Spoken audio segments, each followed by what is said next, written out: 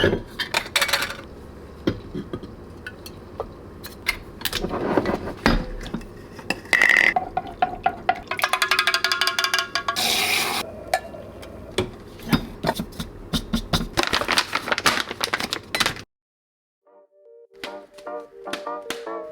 was supposed to be a coffee vlog day, and I ran out of coffee. But I think it just turned into a travel vlog.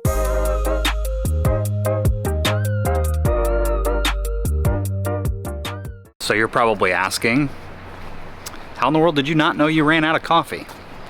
The answer is pretty simple. I am fairly new to the coffee game. Now, I'm almost 40 years old, but coffee is a recent obsession of mine. And those of you that know, I love a good recency bias. And I discovered coffee at a very late age. I am really new to this coffee game. I have no idea what I'm doing, as you probably saw from the intro video.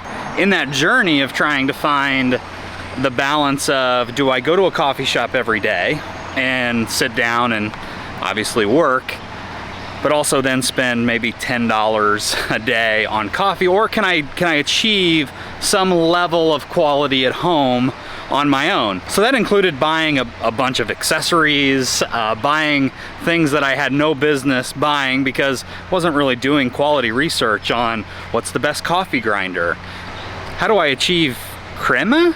Creme?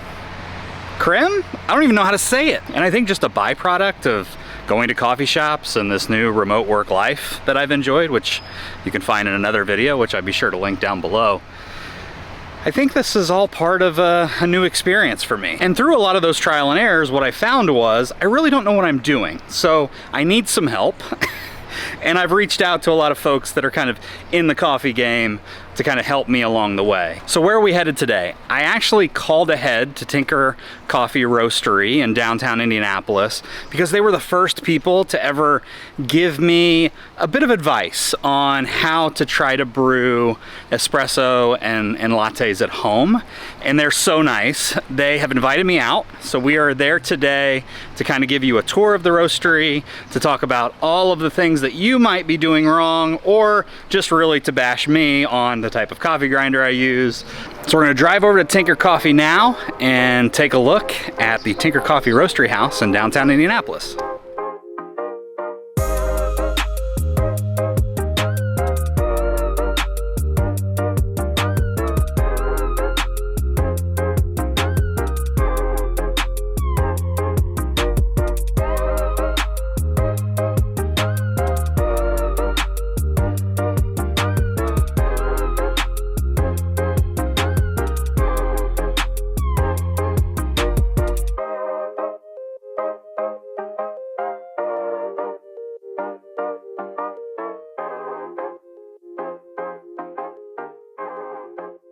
We made it. It's Tinker Coffee. I'm inside. Steve Hall.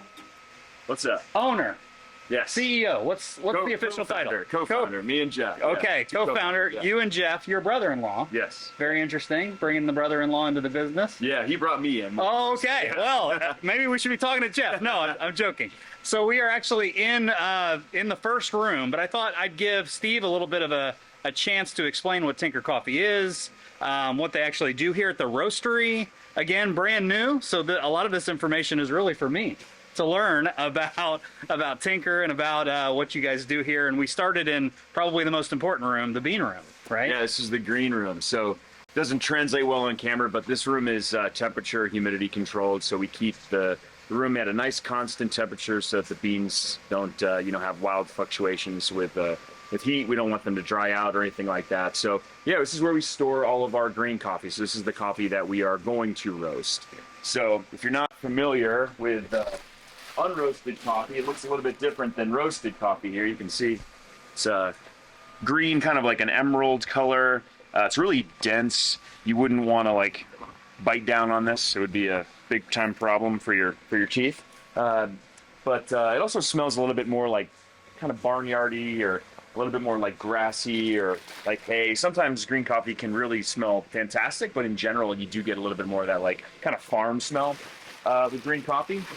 When you actually go through the roasting process, that's when you kind of really develop the volatile aromatics and compounds that give coffee the... So why coffee? We started coffee roasting because we just really were interested in coffee and wanted to kind of help grow the coffee scene in Indy, you know? The background is that Jeff was working with IBM fresh out of school and was traveling around to a bunch of different cities for projects and would travel to all these cool like coffee shops and coffee scenes all over, and then come back to Indy and be like, oh, we need like more shops, we need more roasters, we need more things to do. And he and I were both at the point in our career where we were ready to do something entrepreneurial, so we said, let's go for it. Let's just learn everything we can about coffee and start a business. So that was awesome. 2014, early 2014 when we kind of first hashed the plan, and then November of 2014 is when we officially opened. But like I said, this is where all the coffee comes in. Once it's been exported, brought to the States, put on a truck, sent to us. We load up the roaster here and then bring it actually to the roaster here, which I see some green coffee about to go into the roast here. And see here, actually, we're looking at coffee's about midway through the roast process here. And the reason that we have this coffee in there already now is because this is for one of our house blends. So we've got the blending component here in the drum or in the cooling tray already. This is the kind of base of the coffee of the blend. So when this is done roasting, it'll drop down here and mix in nicely. So we have the blend is properly mixed up. So that's why there's some coffee in the cooling tray now. And so does all of your, like all the distribution, everything is pretty much housed in this one facility? Everything's done here. Yeah, this is all of our production is done right here. Awesome. So yeah, so after the coffee's done, like I said, it drops down into the cooling tray here. This will spin around. It'll get a little loud once that happens because it's like a big vacuum to just cool down the coffee as fast as possible. It's kind of similar to, if you're cooking a steak on the grill or whatever, you need to pull it off a little bit before you reach your temp because it's going to continue to cook a little bit. So we want to cool the coffee down as fast as we can post roast. So once the coffee's cool, it'll drop down into this hopper here. There's a kind of a little catcher down there that'll grab anything that's not coffee. So little pieces of metal, things that get scooped up during the export process. Could be a little piece of concrete, things like that. That'll all get trapped there, and the coffee will get sucked up through this narrow channel here, and then into this hopper where it'll go into these bins, and then over to the bagging area, which is here. So around here you can see coffee goes into bins like this, gets sucked up from this little hose into this hopper here, and then there is a scale kind of in this piece here with a little hydraulic step. So if we're doing 5-pound bags, it'll drop 5 pounds into here. We'll hit that little button on the floor. It'll drop the 5 pounds of coffee into a bag. We send it through the sealer, and then it's off to wherever it's going. Yeah, once the coffee is actually roasted, and this is perfect timing. This is Austin. Austin, this is Eddie. So you saw production roast. This is what happens before production roast. So this is how we decide what coffees we're going to buy. So Austin gets samples from all over the world, from all of our different importers. This is a sample from Colombia. We've got more coffees from Colombia here. And what Austin does with this little roaster is basically just roasts 120 grams at a time in this little baby roaster here. And then we cup the coffees, we brew the coffees, we decide which ones fit what we're looking for, which coffees are gonna find a place on our actual menu, and then we would contract those coffees. Then we get sent the giant bags, and then they go into production. So a lot of what we do is this work here is finding the coffees. It takes a lot of time and energy and effort to sample all of the coffees and find kind of the ones that we think are best. So Austin, are you the guy that basically has to taste all of these coffees? Yeah, we taste them all. Whether they're great or garbage. Yeah, they're usually pretty good. Okay. Yeah, we get a good sample to pick from. This is a little bit different, but what you're looking at here is the roast curve. You need to give me this. That one. Okay. So what you're seeing, this white line is the roast curve, the set roast curve. The green line is where we're actually tracking. So you can see we're pretty close to where we should finish. There's a lot of upfront work when the roast is, like when we get a new coffee in, we have to kind of understand how we want to roast it. And then once we know what our roast profile will be, this roaster actually allows us to kind of set that recipe, we'll call it, and then it'll keep itself on track in terms of temperature through the roast process. So every coffee has to be roasted a little bit differently, depending on what we want to do with the coffee. If we want to accentuate acidity, or if we want to mellow out acidity and kind of accentuate more of like the body or structure, we can do that with adjusting our end temp or adjusting the slope of our roast curve, how quickly we get to that end temp. So all of those elements have a big, they can make a big impact in how the coffee. How long have you guys been doing this? Almost 8 years. 8 years. Yes. How much has the technology changed from like day one 8 years ago to day two? A lot. Yeah, I mean, this is a new roaster. We bought this roaster in 2018 when we moved here, 2019 actually. And our previous roaster was a 1991 Probat L12. It was a manual machine. Right. We were doing everything manually, adjusting the gas manually, adjusting the airflow manually. So you can see now, it knows exactly when the roast is done. Drop it down in the cooling tray. So yeah, the technology is a lot different in this roaster compared to the roaster that we originally were roasting on. Now we're basically, the roaster is kind of going to reset and get back to its charge temp, which is basically like, you're preheating the oven. The roaster needs to get to a certain temperature for each coffee before the coffee actually drops down in the roaster and starts roasting. Different beans for each blend? Yeah, so we do 2 house blends, Conduit and Zing. Okay. Those blends stay pretty consistent throughout the year. The rest of our coffees are single origin, so they're from a specific farm or a specific cooperative. But the majority of our coffees are not blends. They're just from a single place. When we first got into this building, a friend of ours, his name is Chris Wiggins, he had a bike shop on the west side called A1 Cyclery. It was a big bicycle shop, and he was just like, I'm ready to downsize. Like, do you guys have a little space I could, rent from you? And we had this room here, which was perfect for him to have his bike shop in here. So he had, bikes along the walls. He had a little workshop in the back where all his tools were. It was really like super efficient for him. Great. But then, through the pandemic, all of his business went online. And he was like, I got family in Florida. Nothing's really keeping me in Indiana, so I'm packing up. I'm going to Florida. So he moved down south, I guess probably, a year ago now. And so this space had kind of just sat for a bit. And we had always wanted to do a lab, have a place where we could teach classes, where we could do trainings. And so we kind of hatched the vision for this space. So are you currently teaching classes here? Yeah. So we're actually getting ready to put some new dates on the website today. Yeah. So we've been teaching cupping and sensory classes. We've been teaching, brewing classes, pour over brewing, immersion brewing, you name it. We'll eventually have an espresso machine in here. We'll do espresso classes. We'll be able to train baristas in here. So yeah, we're really excited about the potential of this space. Well, Steve knows I probably need to take some classes. You saw the video. I sent him a preview kind of the intro, and you may or may not have buried me because of my grinder. But this would be perfect for somebody like me. That's kind of brand new to the game.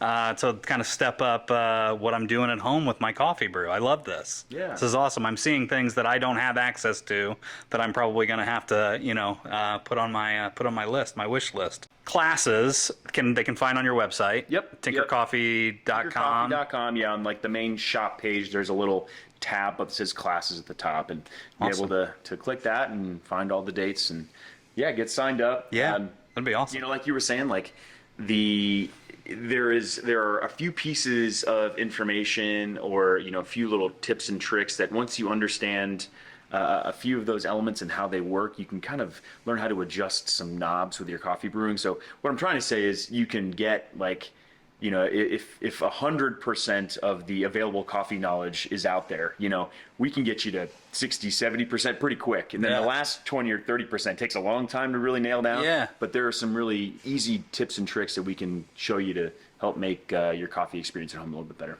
So before I left, I wanted to make sure I asked Steve. The grinder thing was an issue. So I asked him, I said, what's the difference between the grinder I have, the grinder that you saw kind of in the intro of the video, and what I should be using, more like a burr grinder. So Steve is happy enough to demonstrate exactly what that means and how we're going to look at maybe the differences between what I have and what may be useful in my coffee journey. So Let's take a look. Yeah, so That's a commercial grinder. This is an EK43. I'm not going to be able to buy that. You could. It would be a little bit much to have in your house, Right. but it would be very cool. It would be very cool. But yeah, so this grinder, it's got big giant burrs. I mean, you can see the burr is basically this big, as big as this chamber here. So Right. it's big burrs in this grinder. So we'll just grind it up real quick, and then I'll tell you kind of what we look for. So I mentioned particle size uniformity. So when you get a better grinder, you should get really nice and even grind. So you can kind of see here, it looks really great, just like really uniform. Yeah. Every particle is, about the same size. There might be some that are slightly bigger, some that are slightly smaller. That's always going to happen. But if you think of a grind is like a bell curve. So, there's going to be some fines, which are, coffee particles that are, basically pulverized, just little tiny specks of coffee. And then there are boulders on the other side that are larger chunks of coffee. You're always going to get a little bit of those no matter what grinder you use. But ideally, the middle of that bell curve should be all exactly the size that you're looking for, that you're trying to achieve for, could be pour over, could be espresso, whatever. In less expensive grinders, your bell curve is going to be a little bit flatter, where there's going to be more distribution of particle size. Yeah. Better grinders, that bell curve is going to be really narrow, where almost all of your coffee is in that band that you want it, with a little bit on the edges. So that affects your extraction quite a bit, that particle size uniformity. So that's why you want a really good grinder. That's kind of what we always say, like, if you're going to spend money on anything in your coffee, in your coffee corner at your house, spend it on a grinder, because you can make coffee taste excellent in a Mr. Coffee if you have a good grinder that has good uniform particle size and does a good job grinding the coffee. So That's great. That's where the money is best spent.